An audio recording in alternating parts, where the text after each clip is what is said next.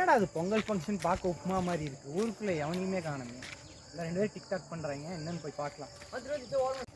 ஏ தம்பி, என்னடா பொங்கலுக்கு மண்டை மாதம் காஸ்டியூம் போட்டு நின்றுக்கிறேன். ஆமாம், கொளுத்தணும்ல.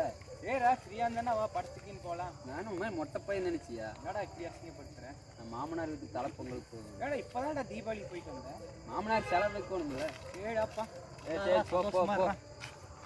ஒரு வெட்டு போய் நம்மளே அச்ச ஒரு கேள்வி கேட்டு போட்டான். அவன் ஏதோ பண்ணோன்னு இந்தா அவன் மாமனார் நிற்கிறான், போய் ஏதாவது வச்சு ஏற்றிட்டு வரல அவருக்கு. ஏன்னா போட பொங்கல் எதுவும் இப்போ குளிச்சுருங்கன்னு ஒரு சாமி கும்பிட்றேன். இங்கே வந்து கல்வி என்ன மாம்சி இப்பயே கோவப்பட்டுக்கிறீங்க? மாப்பிள்ளை என்ன பண்ணுறது மாப்பிள்ளை? ஒன்றும் கரெக்டாக பண்ண மாட்டேங்கிறாங்க. மாப்பிள்ளை வேறு சீர் வாங்குறது கட்டை போய் தூக்கிட்டு வந்துட்டுக்கிறேன், நீங்கள் இப்படி பண்ணிட்டு இருக்கிறீங்க. யார் என்ன எங்கள் அக்கா வாயினா?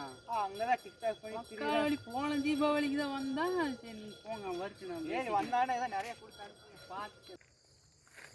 மாமா பொங்கலுக்கு என்ன மாமா? ஏண்டா போன பொங்கலுக்கு தீபாவளிக்கு தான்டா வந்து சீர் வாங்கிட்டு போனேன். பிள்ளை கட்டி கொடுத்தே பெருசு, சீர் வேற அடிக்கிறீங்க.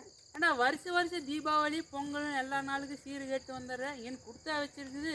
ஏதோ அக்கா உள்ளையாச்சே பையனாச்சேன்னு குழந்தை பிள்ளை கட்டி கொடுத்தா நீ வந்துடுற ஏறி குடிச்சிட்டு. அவசரப்பட்டுட்டீங்க மாமா. பொங்கலுக்கு சட்னியா சாம்பாரான்னு கேட்க வந்து. அப்படியே மாப்பிள்ளை சாரி. உங்களுக்கு யார் சொன்னா? அங்கே ஒரு விக்ராம் பாருங்க, நல்லா இருந்து குடும்பத்தில் கும்மி